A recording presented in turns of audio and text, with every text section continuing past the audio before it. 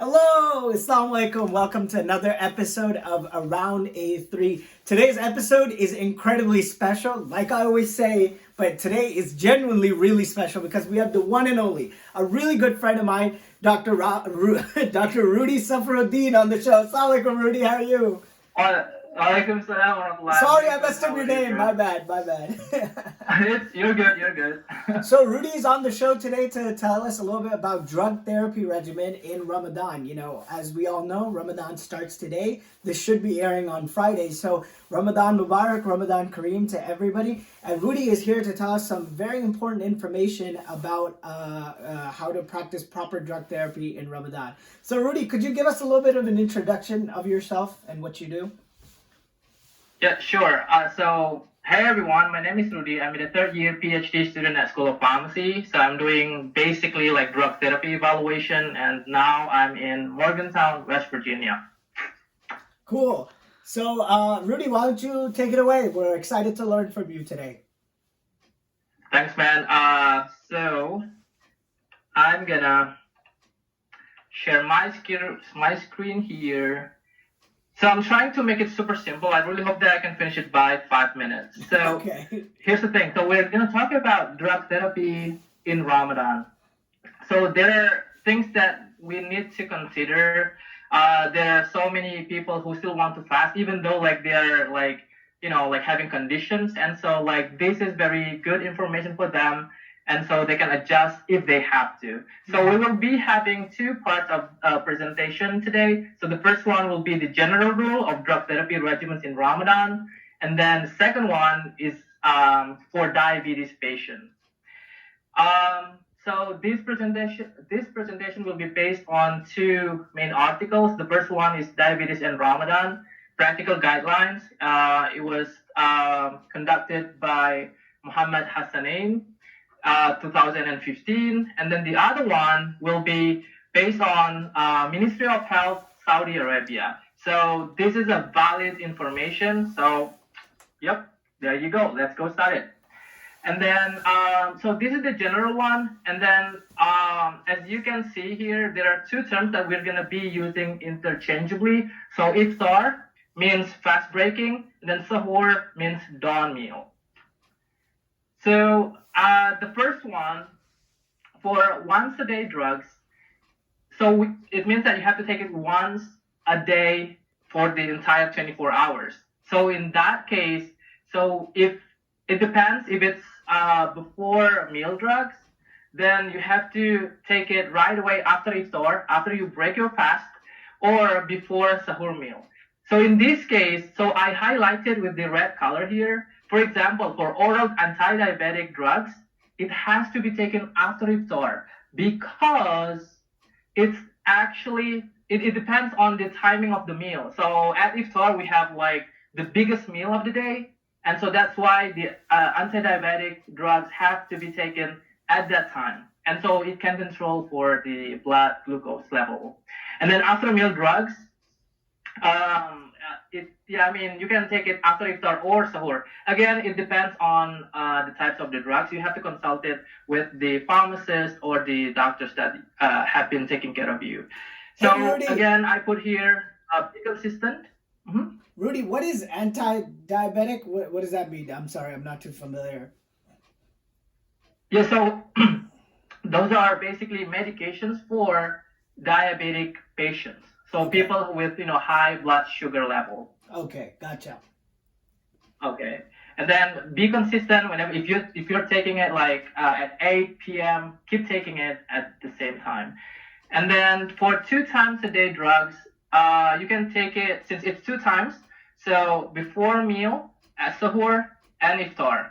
Again, it depends if it's like before meal, take it after breaking your fast, and then you take the medicine, and then you can eat the heavy meal in the evening. And the same thing with after meal. So after the evening meal or after sahur. And then this is the tricky part. This is the point probably of the presentation. So 3 times or 4 times daily drugs. For this case, so you guys, I mean, we know that there are drugs that are only, for symptoms, that can take care of the symptoms only. And so for symptomatic drugs, for example, for joint pain, headache, fever, you can take it only if necessary. And then like stick with it, take it at iftar or sahur if you need it again. And another case, which is different for curative ones, like antibiotics, if possible, since it's 3 or 4 times a day, so if possible, ask your doctor to switch it to another option which can be taken 1 or 2 times a day. For example, so I put here erythromycin 250 to 500 milligrams 4 times a day. Excuse me. Then, if possible, we can switch it to clarithromycin or azithromycin with frequency per day only 2 times or 1 time. So you will not miss a dose. So that's the point. Are you saying to substitute the drugs that you can take in a lesser quantity at different times, or are you saying take the same drug but in a different schedule? No, take the different drugs. Oh, I see. Okay. So you have to ask the doctor because you need the approval for sure. Because like they know better, and so to switch it if possible. In this case, if you are eligible to fast, that's for sure. Okay, gotcha. Okay, and then we're almost halfway, I believe. So antihypertensives, if it's once a day, take it at iftar. So again, this is based on the studies that have been conducted in Saudi Arabia, in some other Muslim countries. So here, for especially for ACE inhibitors like captopril, lisinopril, and some other drugs under this classification, try to avoid bananas, oranges, or green leafy vegetables. I cannot explain in details, but however, like these, I mean, if you could just like avoid it. So for digestive tract drugs, Rudi, could you go back to that slide again real quick? Yes. What is an ACE inhibitor? So ACE inhibitor, I mean, it stands for angiotensin converting enzyme inhibitors. That those drugs are basically used for hypertension or some other heart-related conditions. I see. Okay. So you're saying avoid these, if you're taking ACE inhibitors, avoid these types of foods like dates, bananas, oranges while fasting. Because it might exacerbate your situation. Correct. So I see. Okay. That's correct. You have to avoid the large amount of it. I mean, for like little amount, that should be okay. I see. Okay, gotcha. For these types of medications, the examples are lisinopril, captopril, ramipril, and some other stuff. Gotcha. For digestive tract drugs, here, for example, like simple one, heartburn. Let's say you're taking omeprazole or lansoprazole. Take it before sahur.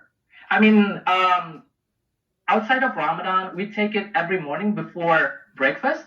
But here, take it before sahur. Don't take it at iftar. All right. And then for those which are twice a day, like ranitidine and then famotidine, take it at sahur and iftar before meal. So when you say before sahur for like drugs like omeprazole and stuff, are you saying before sahur, like before you start eating sahur at that time, or like any time before sahur? Yeah. I mean, if possible, you can make it like 30 minutes before having sahur. I see. Okay, gotcha. Okay. But sometimes like we wake up late and then like we rush everything. They take it before sahur. That's I'm trying to make it like super, like realistically. Right. Okay, good. And okay, so we're almost done. 3 more slides. Hey, no worries. So there are. So for special cases for diabetes mellitus drugs, this is the thing. So actually, fasting is, fasting is one of the things that have to be taken seriously in terms of, like people who are having diabetes. because whenever like they're fasting, it means that their calorie intake might fluctuate, or because they have to fast, and then like at iftar they will be like having like lots of meals, and so we have to adjust for their medications. For example, for once daily dosing, it doesn't matter, no adjustment. So take at iftar, because again, iftar is the main meal of Ramadan. Right. Okay, so iftar is like the main meal, and then twice daily dosing drugs, take it iftar and sahur, but if possible, again, this is all based on your physician's recommendation. And then for this daily dosing drugs, iftar is the same dose, but for sahur, it has to be. I mean, it is recommended to be reduced, because like like in the from dawn to sunset, so we have to fast. We don't really take so much calorie, and so we don't want to risk we call it hypoglycemia, meaning the very low level of glucose in our blood, which is unwanted. Okay. The last one, older drugs in the class, let's say those people who are having who have diabetes, they know these drugs. So glibenclamide, like this drug, again, ask your doctor if it's possible for you to switch it to second generation of sulfonyl ureas, like glycoside, glimepiride. Like they are safer in terms of like taking care of your blood glucose level, and so you will not be risking for hypoglycemia or low level of blood sugar. Okay. This is the second one, metformin during Ramadan. Once daily dosing, no dose adjustment. Twice daily dosing, no dose adjustment. Rudi, Yes. could you explain what metformin is? Like, for example, for a person like me, I have no idea what that is. Yeah, so metformin is one of the anti-diabetic drugs. Gotcha. Okay. There are so many types of anti-diabetic drugs, and we are now in the section of diabetes medications. Okay, gotcha. So if I can come back to twice daily dosing, no dose adjustment. For 3 times daily dosing drugs, you have to be careful. You have to do one at sahur, and then combine of 2 dose at iftar, because again, heavy meal or the main meal of Ramadan day is at iftar. Mm-hmm. So yeah, we need to be careful, because sometimes like Aarij, so people tend to be like self modifying their own medications. Okay, so since I'm taking like 3 times a day drug, and it's Ramadan, so let's do iftar, before bed, and sahur. No. With metformin, do it properly. So take your medicine like at sahur, 1 tablet. In this case, if your dose of metformin is 3 times, so at sahur 1 tablet, and then at iftar 2 tablets. I see. Okay, that makes sense. Yeah, and then the last one is prolonged release metformin. This is the different type of dosage form. No dose adjustment, because basically like the drug is pretty good to last long in the blood. There you go. This is the last one. Insulin can also be adjusted depending on your blood sugar. But I put here recommendation only. So ask your healthcare providers. So these are the options. It depends on your blood sugar level again. So there you go. So final messages that I would like to address with Aarij, my brother. So first, before Ramadan, make sure that you are eligible. If you're not able to fast, don't. That's fine.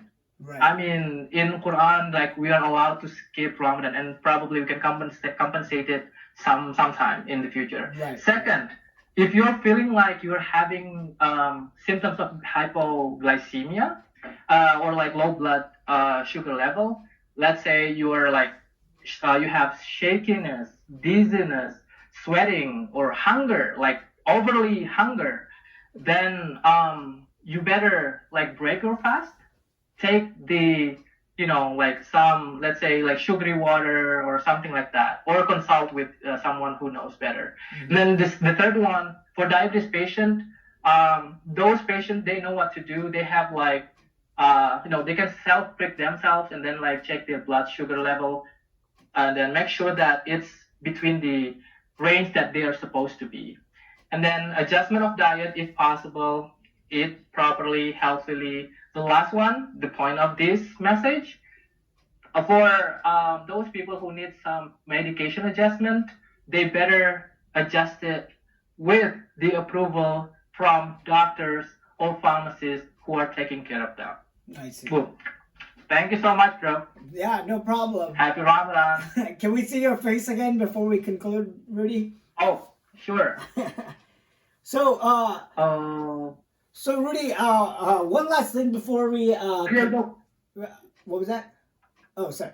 One last thing Okay. before we conclude, Rudi. I just wanted to ask, in terms of the virus going on, I know you're not necessarily an expert on that, but how can we be best prepared to, keep our fast strong and also not make us too symptomatic of what might be happening outside? I know stuff like washing your hands and things like that, but any other last recommendation you could give to people to be careful during Ramadan?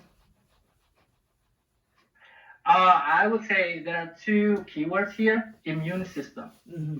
So if you're able to, take care of your food and then your sleep, and then try to be physically active at some point.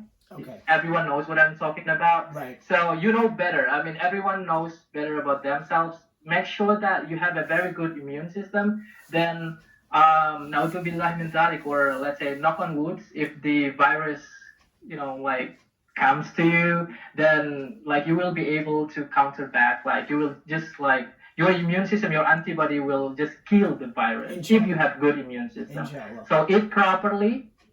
Don't forget to have your sahur. Well, many people, they tend to ignore sahur, but it's important. So Definitely. Well, thank you so much, Rudi, for being on our show today. We really appreciate it. Rudi has been kind enough to say that he will want us to put his email in the description below. Alian will take care of that. So if you have any questions about his presentation and any other concerns about drug therapy regimens during Ramadan, please feel free to reach out to him. He knows best. Or leave it in the comments below and we'd be happy to pass that over to Rudi. Again, thank you so much for watching, and inshallah we all can use Rudi's advice to keep ourselves healthy and safe during Ramadan. Inshallah, we'll see you soon. Assalamu alaikum, everyone. Assalamu alaikum, Rudi. Waalaikumsalam warahmatullahi wabarakatuh. Assalamu alaikum.